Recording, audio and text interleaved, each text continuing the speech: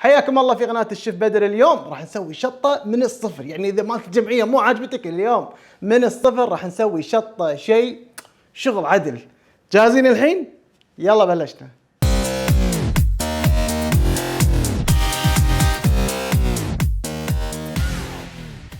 أقول خلنا نلبس اليوم الجلافز لأن شنو الموضوع اليوم؟ الموضوع انفجاري وحرارة ومو وقته شنو؟ تقص فلفل تالي تسوي تعطيها كذي طيب. شو السالفة؟ مستشفى اي لا ماكو غشمرة. فلفل تايلندي وفلفل هابانيرو وما ادري شنو، لا يا حبيبي موضوع كبير.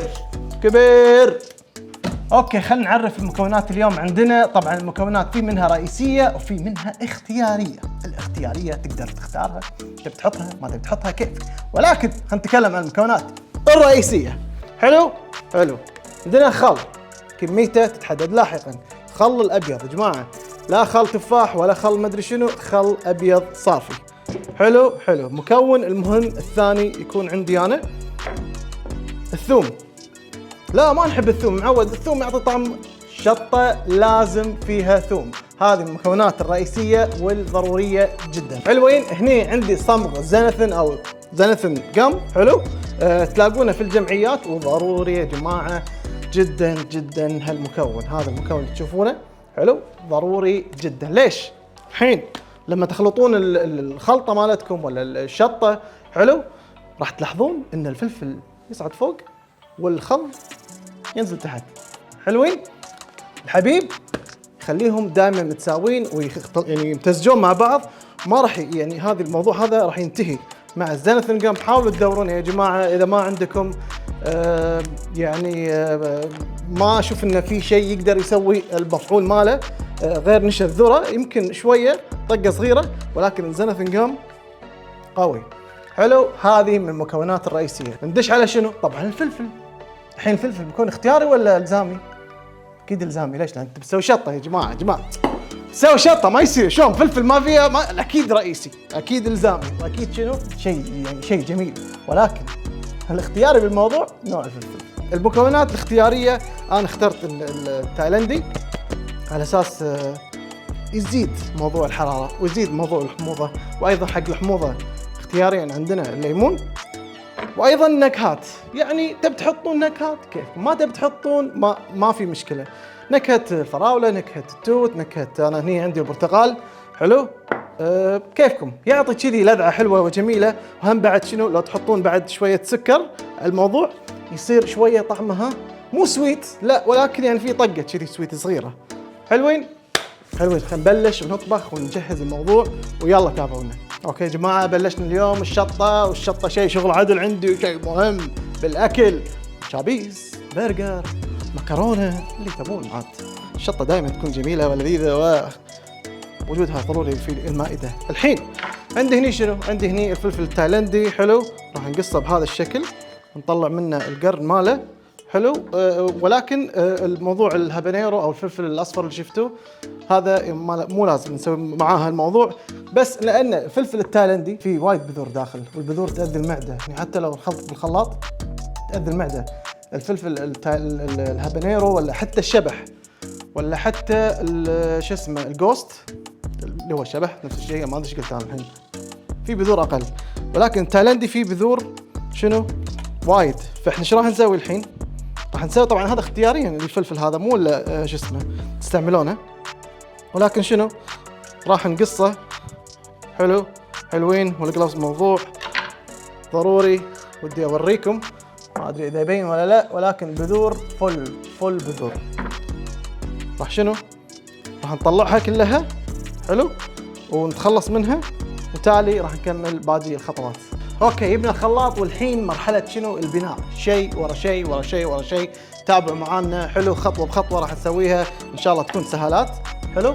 الخطوه الاولى راح نحط الخل اول شيء. ليش؟ على اساس لا نحط الاغراض الباقي بعدين الخل مستواه وين ما ندري. حلو. راح نحط عليه 3 أكواب خل. ندش على الخطوه اللي بعدها راح نحط الفلفل. حلوين. طبعا ما حطيته كله، ولكن حطيت نص الصحن اللي شريته من الجمعيه، صحن كذي هالكبره متروس فلفل، حطيت نصه. هني عندنا 3 فصوص ثوم، اللي ما يحب الثوم لازم يحط ثوم، ما لي شغل. كيف؟ حطوا فصين، فص واحد مو مشكله. حلوين، حطينا الثوم. الحين راح نحط الفلفل التايلندي اللي نظفناه من البذور، 3 حبات. الزنثنجم مو الحين وقته، ولكن ما يمنع نحط نكهه برتقال، ملعقه صغيره، حلو، او متوسطه عفوا. حلوين. الليمون يعني نص ليمونه كافي. بسم الله. طبعا الشطه راح تكون لونها اصفر، لان هاي فلفل اصفر، تحطون لون احمر راح يطلع لون احمر، حلو. ولكن اذا تبي تغيرون اللون، في ناس تغير اللون. خلينا نتكلم عن الجهه اللي تغير اللون في الصلصه، حلو. هذه الوان صناعيه تقدر تستخدم منها اي واحد. يفضل الالوان الصناعيه تكون يعني مستواها وجودتها زينه، نفس هذول اللي شاريهم، حلو. ولكن اليوم انا لا، عادي، ما عندي مشكله، ابي الشطه تصير صفراء، خد تصير خضراء، خد تصير حمراء، المهم الطعم، حلو. ولكن الصبغه شنو؟ بعض الصبغات، مو هذه الصبغات، بعض الصبغات يعطون عقب ما تاكل، مثلا اذا انت ماكل بايدك راح تلاقي هنا صبغه، يعني بلسانك يتحول احمر اذا في صبغه حمراء. فابتعدوا عن الموضوع هذا، مو لازم تحط صبغه. ممكن يعني يعزز اللون، حلو، ولكن شنو اللون الاصلي هو افضل. واذا نويت تشتري صبغات، عليك بهذه الصبغات. في هذه الصلصه انا يعني بخاطري اني احط فيها سكر. ليش؟ نبيها شويه طقه السويت. السكر صدق انه يهدئ عمليه الحراره، ولكن هي الحراره حيل عاليه، ما راح يهدئها لو شنو. بلاكه شنو يا جماعه؟ طقه السويت فيه حلوه، يعني ما راح تكون واضحه حيل، بس راح تكون واضحه، راح تحس فيها، يعني راح تكون طعمها جميل. انا مجربه اكثر من مره. اذا ما تحب طقه السويت، تبيها بس حموضه، هم ماكو مشكله. خلاص. الحين راح نبلش يا جماعه نخلط هذا الموضوع الجميل ونشوف شنو راح يصير. بسم الله. هاي الربع من يبي عصير موز، روح حق الربع اقول لهم عندي لكم عصير موز قوي، طق ولا فلفل، شو السالفه؟ حلو. شوفوا يا جماعه صار شنو معنا، صار رغوه فوق.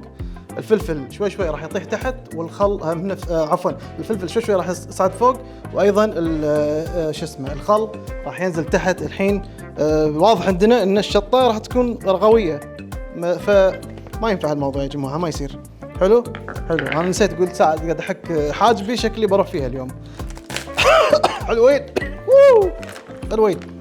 راح نحط ملعقه من الزنثنجم ونشوف شنو راح يصير. بسم الله. خلينا نشوف. الحين حطينا الزنثنجم في رغوه، والمواضيع لو اقدر اقرب الكاميرا يبين انها مو مختلطه مع بعض، ونقول بسم الله.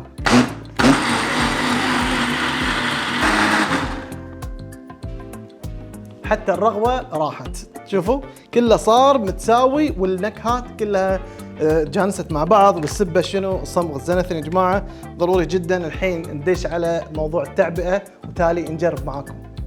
اوكي يا جماعه الربع، راح نجيب البطل، حلو. والله يعين لما افتح هذا راح شنو ريحته تكون وايد قويه ان شاء الله. الزنثنجم اوكي ما يخالف موضوع. موضوع زين، ولكن ونقول بسم الله. بعبي البطل هذا من الصلصه الناريه، شوفوها يا سلام. شوف بسم الله.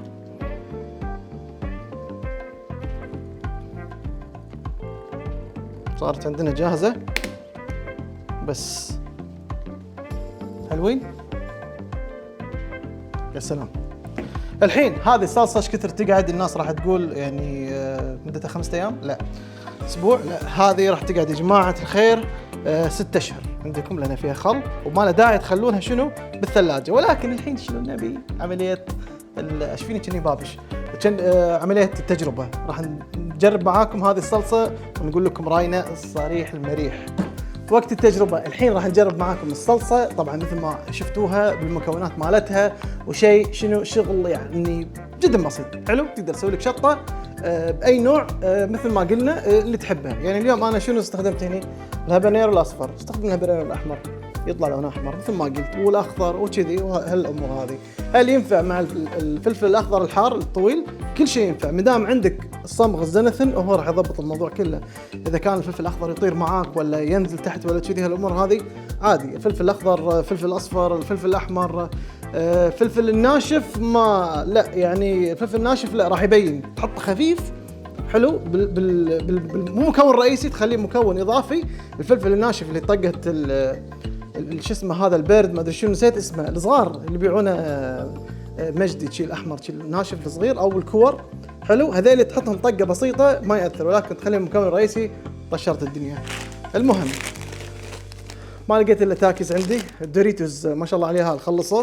خلينا نجرب اليوم مع تاكيز حلو، ونذوق طعم الصلصه الصفراء اللي سويتها.